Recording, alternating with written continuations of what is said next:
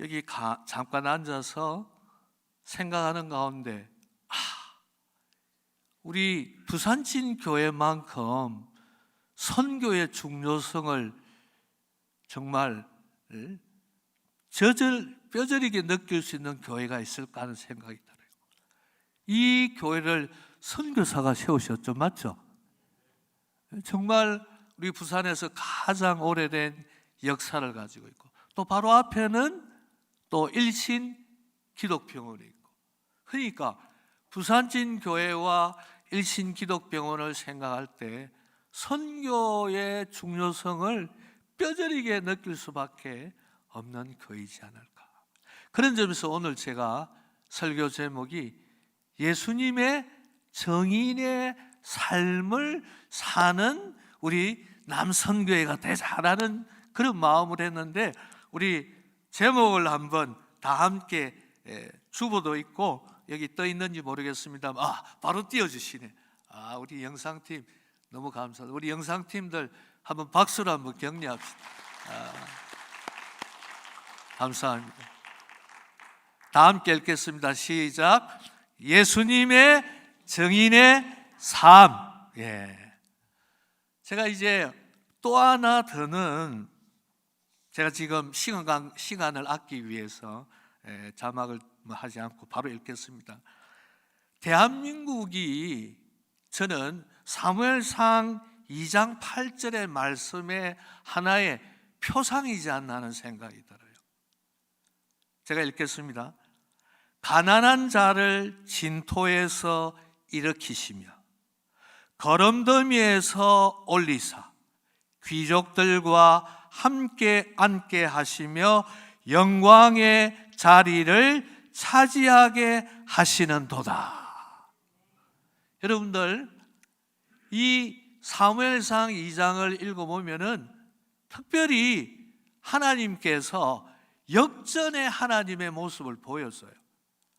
버닌나의 그 기고만장한 모습을 하나님께서 한나에게 자녀를 주심으로써 자녀가 없던 이 한나에게 자녀를 주하는 가운데 거기에 보면은 역전의 하나님의 모습을 보시는데, 그게 오늘 읽었던 2장 8절에 가난한 자를 진토에서 일으키시며 거름더미에서 올리사 귀족들과 함께 앉게 하시며 영광의 자리를 차지하게 하시는도다.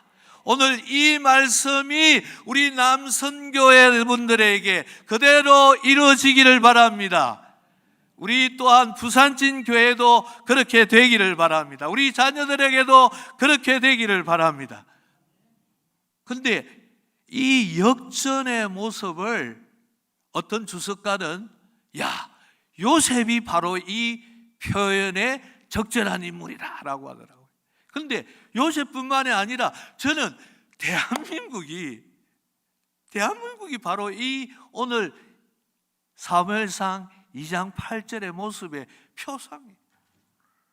잿더미 가운데서 가장 가난했던 그 나라에서 여러분들 10대 강국, 또 며칠 전에 어느 자료를 보니까 여러분들 우리나라의 BTS 멤버가, 또 뉴진스가, 또 블랙핑크가 전 세계의 패션 브랜드의 모델로 나가고, 지난주 토요일은 제가 아는 지인의 딸이 결혼을 했는데 남편 된 남자가 핀란드 남자예요.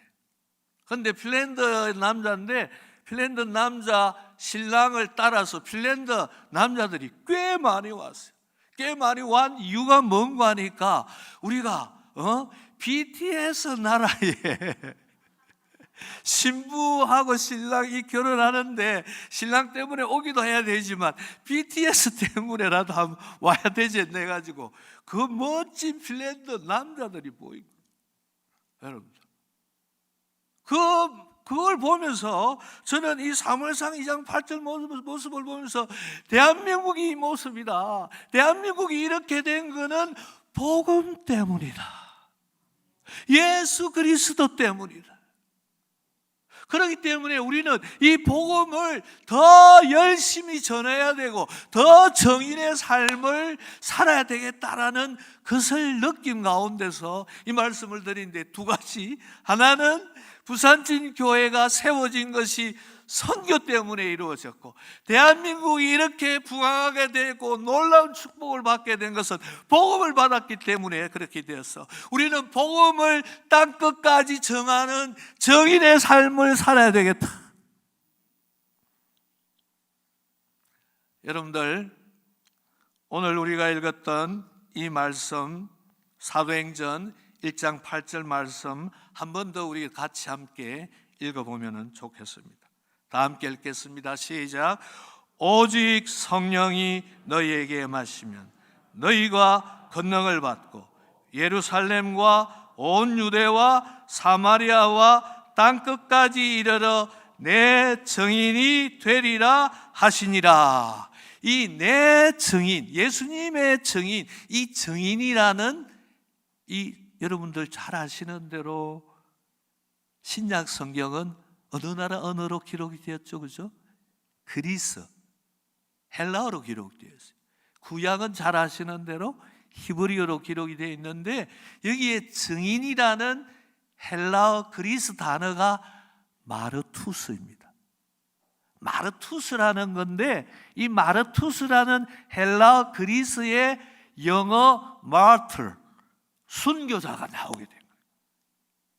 그러니까 증인이라는 거는 순교할 그런 마음에 가고 순교할 정도의 상황까지 갈 정도로 예수님을 증거하지 않으면 안 되겠다 하는 게 증인의 삶이라는 거예요. 그런데 오늘 우리가 읽은 이 본문에는 네 가지의 핵심 단어가 있어요. 첫 번째가 뭔가 하니까 오직 성령이 너희에게 임하시며. 여러분들, 선교의 시작과 교회의 시작은 바로 오순절 성령 강림으로 말미암아 이루어지게 된 거예요. 그리고 여러분들, 네덜란드의 학자이기도 하고 또 영어권에서 활동을 많이 했던 해리 보우라는 선교학자가 있어요. 이 사람이 지은 책 가운데 펜타코스트, 오순절 성령 강림이라는 펜타코스트 앤드 미션, 오순절 성령 강림과 선교라는 책에서 무엇을 강조했는가 하니까 핵심 주제가 뭔가 하니까 마태복음 28장 19절 20절에 예수님의 선교 명령이 가능하게 되는 것은 뭐냐? 사도행전 1장 8절에 성령이 임하기 때문에 예수님의 선교 명령이 이루어지기 때문에 그만큼 성령이 선교의 가장 중요한 기관차다라는 것을 강조하는 거예요. 그래서 오늘 이 본문 말씀에 네 가지 핵심 단어 중에 첫 번째가 오직 성령이 너희에게 임하시면, 성령이 없이는 선교할 수 없다. 성령님의 전적인 의지가 선교와 모든 것들의 시작이다. 두 번째가 뭔가 하니까 성령이 너희에게 임하시면 너희가 두 번째 권능을 받고, 이게 권능이라는 게 두나미스입니다. 여러분들, 여기 두나미스라는 헬라어 그리스 두나미스에서 여러분들이 잘 아는 노벨이 발명한 다이너마이트가 나오는 겁니다. 별로 안 놀라시네. 여기 나오는 이 권능이 또 여러분들 로마서 1장 16절, 내가 복음을 부끄러워하지 아니하노니 이 복음은 모든 믿는 자에게 구원을 주시는 하나님의 능력이라. 이 두나미스 똑같은 거예요. 성령이 우리에게 임해서, 두 번째 거기에 권능이 임해야만이 예수님의 증인이 될 수 있고 복음의 증인이 될 수 있고 땅끝까지 이르러 증인이 될 수 있기 때문에 성령과 권능이 우리에게 임하게 하여 주옵소서. 그런데 성령과 권능이 임하게 되면은 세 번째가 뭔가 하니까 이 장소가 팽창해져 가요. 장소가 확장되어져 가요. 여러분들, 우리 기독교는 끊임없이 팽창합니다. 복음의 팽창력, 성령의 능력에서, 복음의 능력과 성령의 능력에서 우리는 끊임없이 팽창해요. 전 세계에 주재원이 있고 전 세계에 모든 물건을 파는 사람들이 있는가 하면 그 전 세계의 곳곳에 설교사들이 계세요. 우리 기독교는 끊임없이 성령과 권능에 의해서 장소의 팽창과 확장과 끊임없이 전가해가는, 전파해가는, 이것이 세 번째이고, 네 번째는 내 정인이 되는 이 네 개의 핵심 단어가 바로 오늘 1장 8절의 말씀인데, 여러분들 1장 8절의 말씀이 나오게 된 배경이 알아야 돼요. 나오게 된 배경이 뭔가 하니까 3절, 4절, 5절에 이 1장 8절의 말씀이 나오게 된 배경이 3절, 4절, 5절, 6절, 7절인데 3절, 4절, 5절을 제가 부탁을 안 드렸는데 바로 띄울 수 있는지 모르겠습니다. 아니면은 여러분들이 성경을 가지고 계시니까 1장 3절, 4절, 5절을 한번 읽도록 하십시다. 1장 3절, 4절, 5절 다 함께 읽겠습니다. 시작. 그가 고난받으신 후에 또한 그들에게 확실한 많은 증거로 친히 살아계심을 나타내사 40일 동안 그들에게 보이시며 하나님 나라의 일을 말씀하시니라. 사도와 함께 모이사 그들에게 분부하여 이르시되 예루살렘을 떠나지 말고 내게서 들은 바 아버지의 약속하신 것을 기다리라.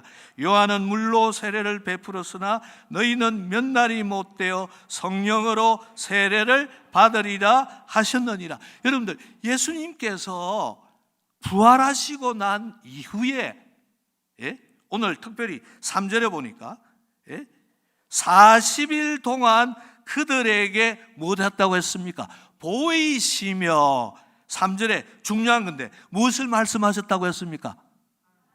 감사합니다. 너무너무 잘 답해 주세요. 하나님 나라의 일을 말씀하시니라. 40일 동안에 예수님께서 부활하시고 난 뒤에 40일 동안에 가장 중요하게 많이 핵심적으로 말씀하신 게 뭔가 하니까 하나님 나라의 일이었어요. 이 하나님의 나라의 일은 예수님께서 부활하시고 난 뒤에만 하신 말씀이 아니고 예수님께서 공사역을 하실 때마다 하나님의 나라가 가까웠다. 회개하라, 천국이 가까웠느니. 하나님의 나라는 예수님께서 공사역을 하실 때부터 가장 중요한 주제였을 뿐만 아니라 예수님께서 부활하신 이후에 40일 동안에도 가장 중요한 주제가 뭐였다고요? 하나님의 나라.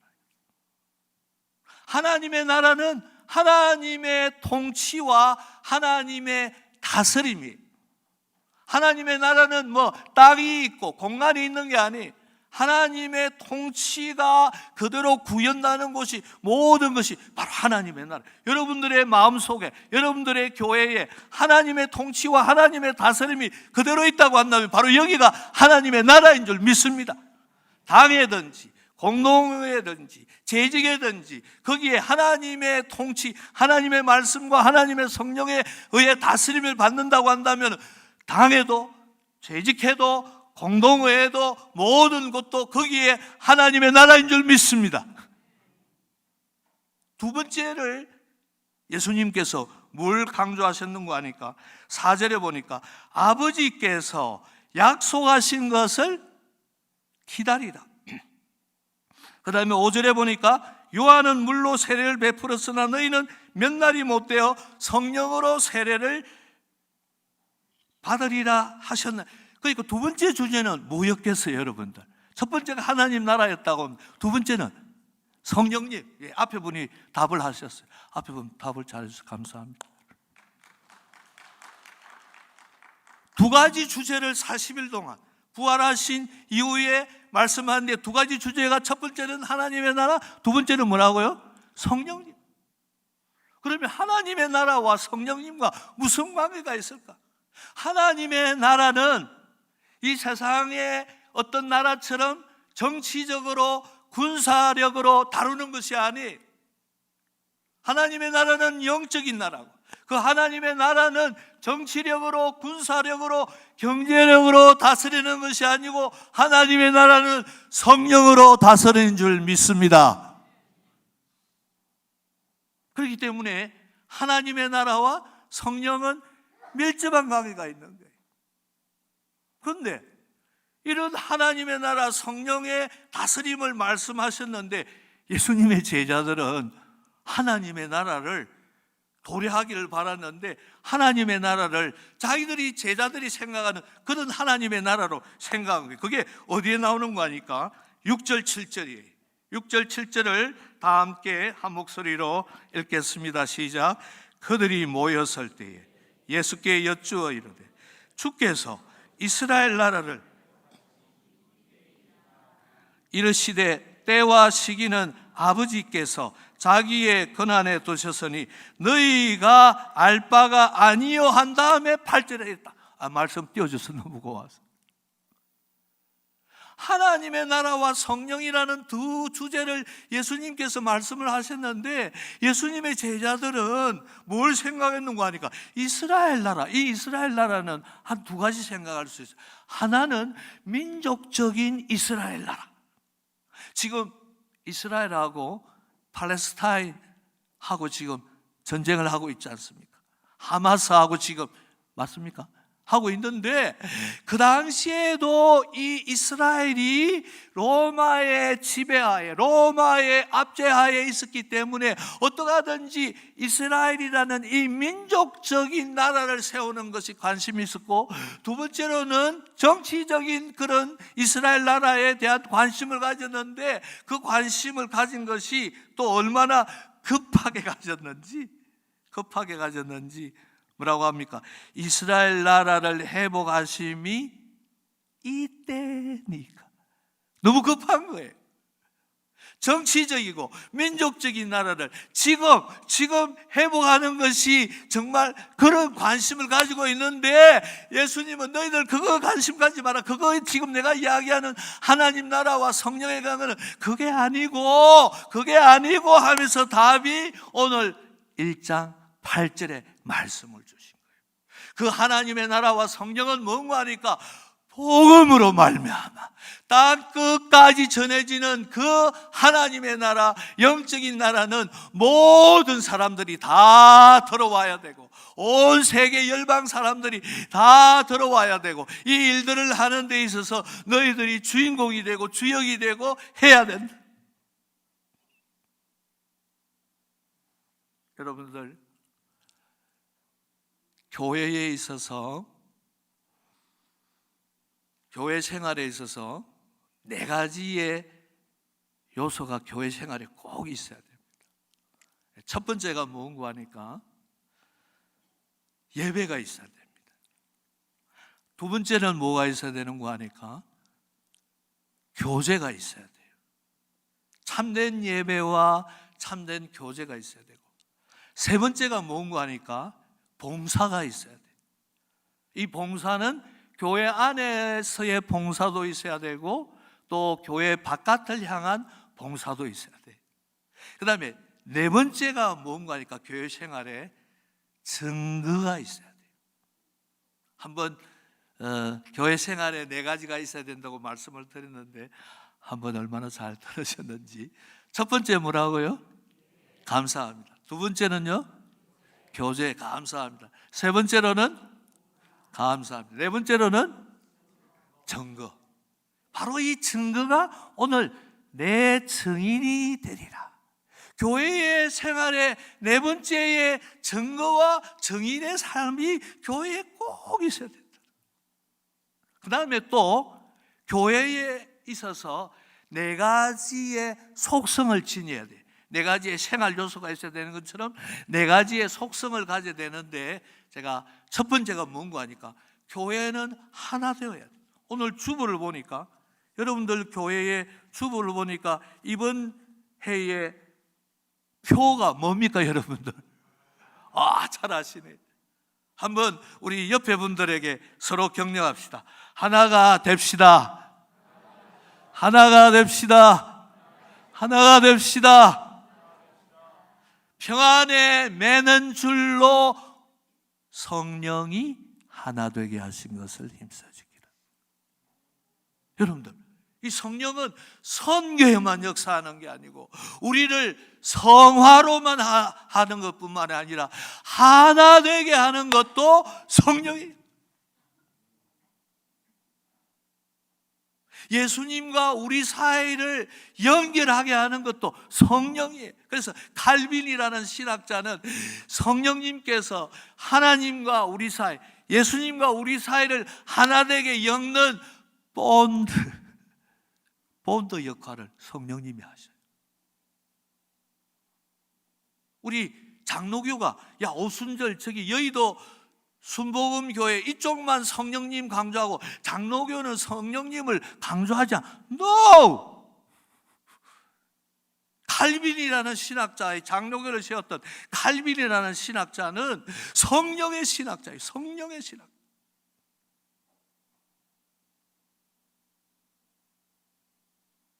근데 교회가 속성으로 지녀야 할 네 가지 속성이 첫 번째가 하나됨과 통일성이에요. 통일성. 두 번째가 뭔가 하니까 거룩성이에요.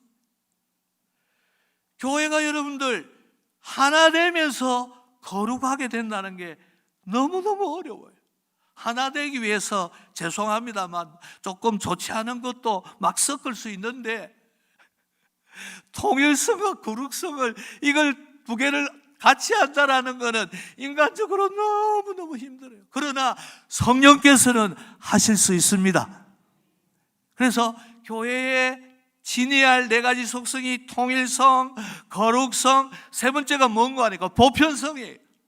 보편성은 교회가 모든 곳에서도 있어야 되지만 이 교회가 들어오는 데에 제한이 없어요. 누구나 다 들어올 수 있어요. 누구나 다.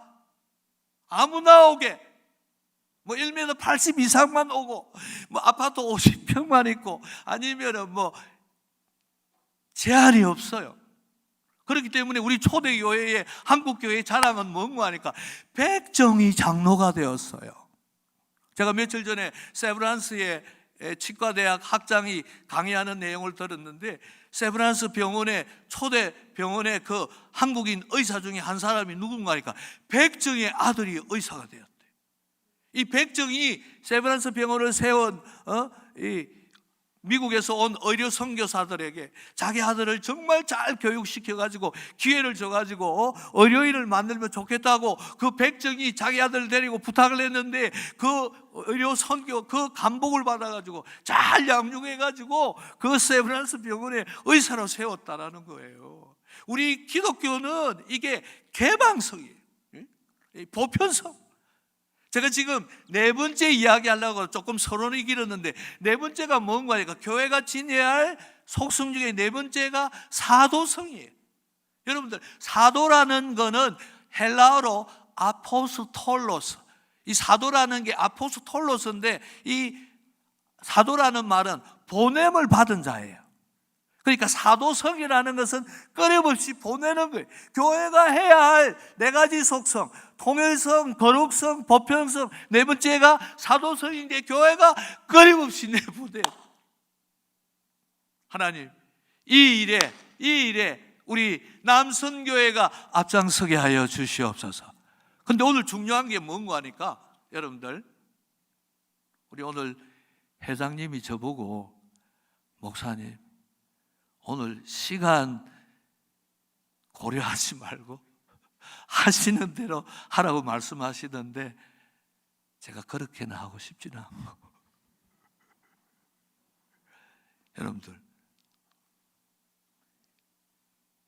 이 지금 오늘 여기 나오는 말씀 가운데 기억해야 될 거는 우리가 땅끝까지가 지금 예루살렘과 온 유대와 사마리아 이것도 여러분들 생각해 볼 수 있는 게 예루살렘 먼저 보내고 조금 여력이 있으면 그 다음에 유대 보내고 그 다음에 조금 여력이 있으면 사마리아 보내고, 그 다음에 조금 여력이 있으면 땅끝까지 보내는 이 점진적으로 할 것인지, 아니면은 유대 보냈다가 땅끝도 바로 보내고 동시다발적으로 해야 될 건지. 점진적으로도 할 수 있지만 동시다발적으로도 해야 되겠죠.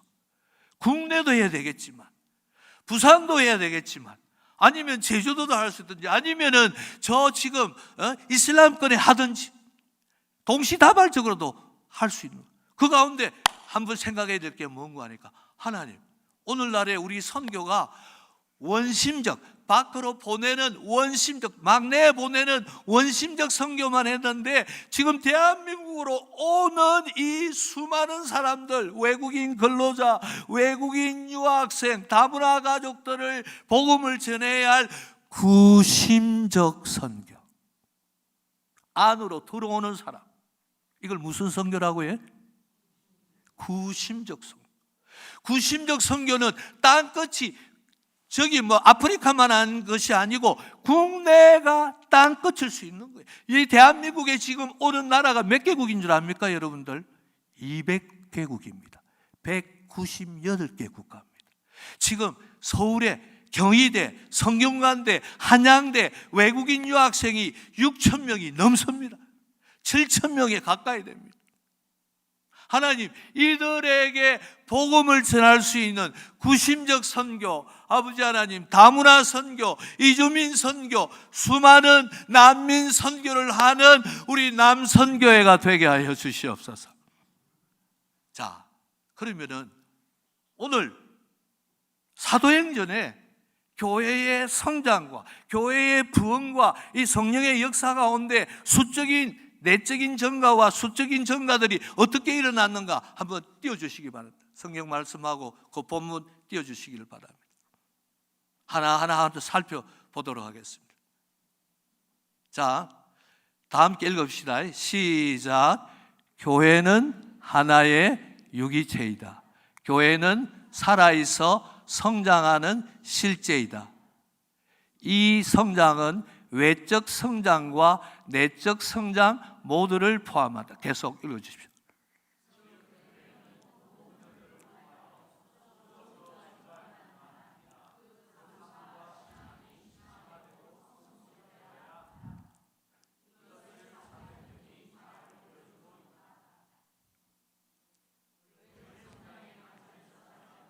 자, 그러면은 교회 성장의 관점에서 살펴보면 이게 어떻게 이루어지냐? 2장 47절 본문 띄워주시기 바랍니다. 2장 47절 다 함께 읽읍시다. 시작. 하나님을 찬미하며 또 온 복성에게 칭송을 받으니 주께서 구원받는 사람을 날마다 더하게 하시니라. 여러분들, 하나님을 찬미하며, 그 부분 한번 그대로 띄워주시면 고맙겠습니다. 하나님을 찬미하며 또 온 백성에게 무엇을 받으니요? 무엇을 받으니? 하나님, 우리 부산진 교회가, 남선교회가 칭송을 받게 하시고 한국교회가 칭송을 받게 할 때 주께서 구원받는 사람을 날마다 더하게 하여 주실 줄 믿습니다. 칭송을 받아요. 두 번째 띄워주시기 바랍니다.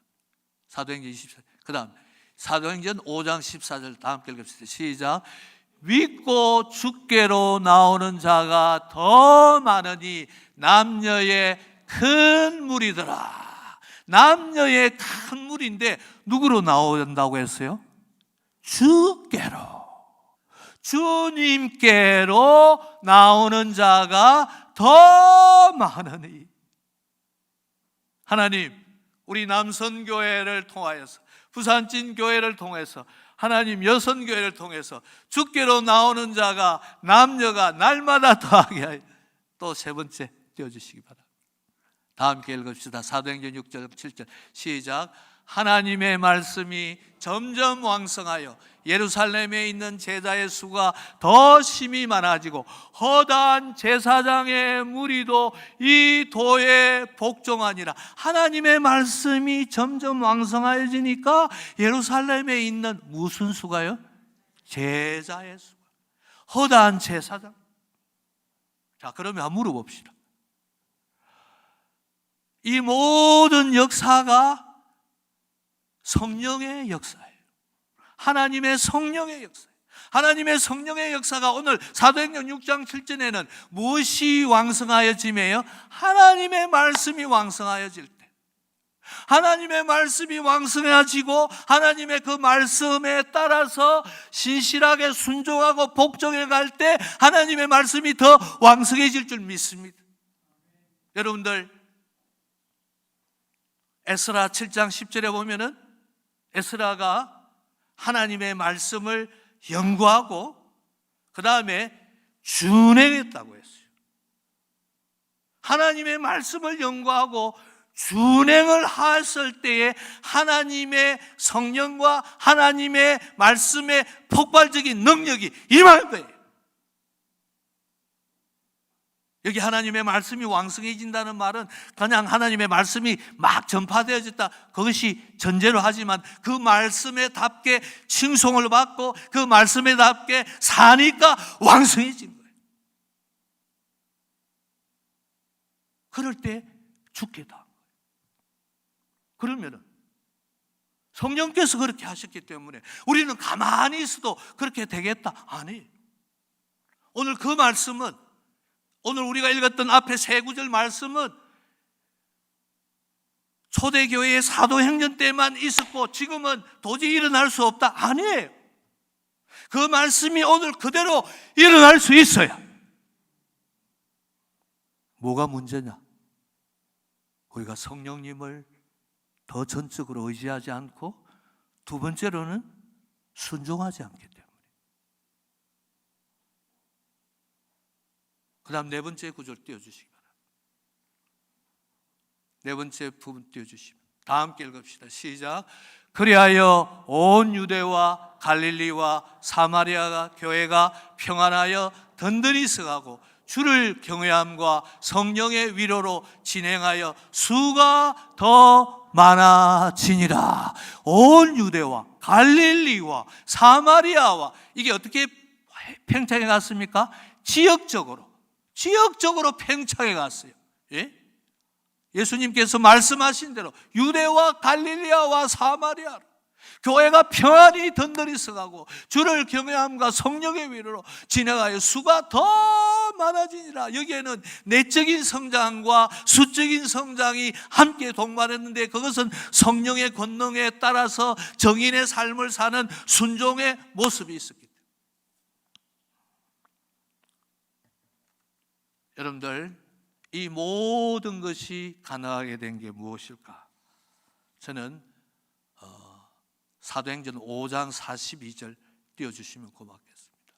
사도행전 5장 42절, 요거 읽고 오늘 제 설교는 마치겠는데, 자, 이 말씀 읽도록 하겠습니다. 다 함께 읽겠습니다. 시작. 그들이 날마다 성전에 있든지 집에 있든지 예수는 그리스도라고 가르치기와 전도하기를 그치지 아니하니라. 여러분들, 오늘 우리가 읽었던 이 사도행전에 나타나는 그 수적인 성자와 놀라운 부흥과 이 놀라운 역사는 사도행전적인 그때만 그치고 지금은 일어나지 않는 게 아닙니다. 오늘날도 똑같이 일어날 수 있습니다. 무엇할 때? 성령의 권능을 받고 예수님의 정일이 되는 가운데 우리가 순종할 때. 오늘 5장 42절 말씀 한 번만 더 띄워주십시오. 다 함께 한 번만 더 읽겠습니다. 시작. 그들이 날마다 성전에 있든지 집에 있든지 예수는 그리스도라고 가르치기와 전도하기를 그치지 아니하니라. 내 정인이 되라는 이 예수님의 말씀에 순종했기 때문에 이 놀라운 성령의 역사를 정인되는 삶으로 순종함으로 사도행전의 놀라운 역사가 우리 남선교회를 통해서 부산진교회에 일어날 줄 믿습니다. 제가 식사 중에 우리 김상태 집사님 이야기를 잠깐 들었습니다. 수백 킬로그램의 무게가 떨어졌는데 저렇게 살아계신다는 게 기적 같습니다. 하나님께서 정인의 삶을 살도록 우리에게 생명을 주신 걸로 믿습니다. 하나님 감사합니다. 오늘 주신 말씀을 마음판에 새기고 이 말씀대로 남은 생애를 살게 하여 주시고, 정말 남선교회를 통하여서 부산진 교회가 정인의 삶을 사는 복의 근원들이 되게 하여 주옵소서. 예수님 이름으로 기도합니다. 아멘.